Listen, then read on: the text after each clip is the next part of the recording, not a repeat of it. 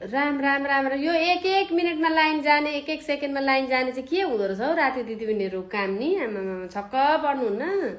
अहिलेदेखि नि त पिलिक पिलिक पिलिक पिलिक भात खाना बसो लाइन कटेको छ मुखतिर जाने बात नाकतिर गइरहेछ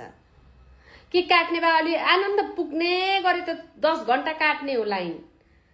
होइन भने त पिलिक पिलिक राति के छ काम राति काट्ने बिजुलीको बिल त टाइममा तिरेको छ त तिरेन भने त फाइन काटोस् न त हेर्नु त यहाँ यस्तो हालत भइरहेछ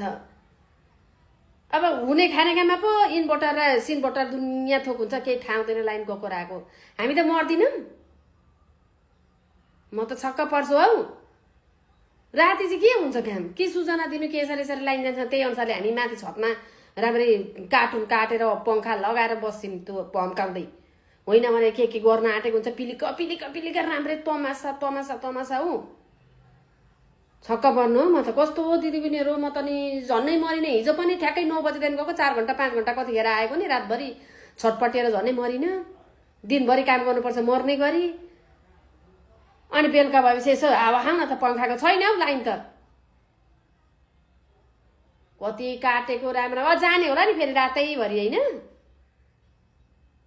अचम्मै हुँदो रहेछ दिदीबहिनीहरू अचम्मै काट्ने मान्छे को यो राति आउँदै किन काटेको हो कारण पनि त चाहिएन कि राति पनि बिजुलीको काम गर्ने गरेको छ कि कतै न कतै कि के हो यो पारा चाहिँ कि सूचना हुनु पर्यो अगाडि हेर्नु न यहाँनिर मर्न आँटिसक्यो हौ छ्या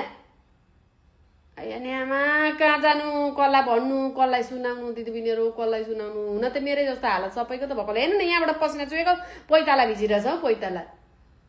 हेर्नु त यहाँ ल हेर्नु यहाँ अनि भन अब काट्ने होला नि अब एकछिनमा बसेर कुन चाहिँ बसिरहेछ कुनै कहाँनिर छन्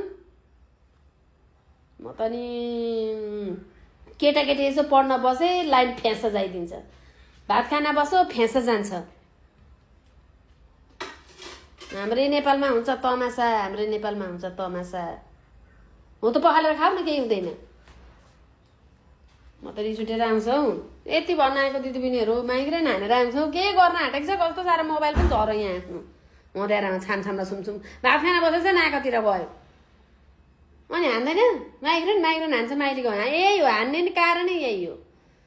अब म गएँ दिदीबहिनीहरू कहाँ जाउँ म त भन्नु नि कहाँ जानु लाइन छैन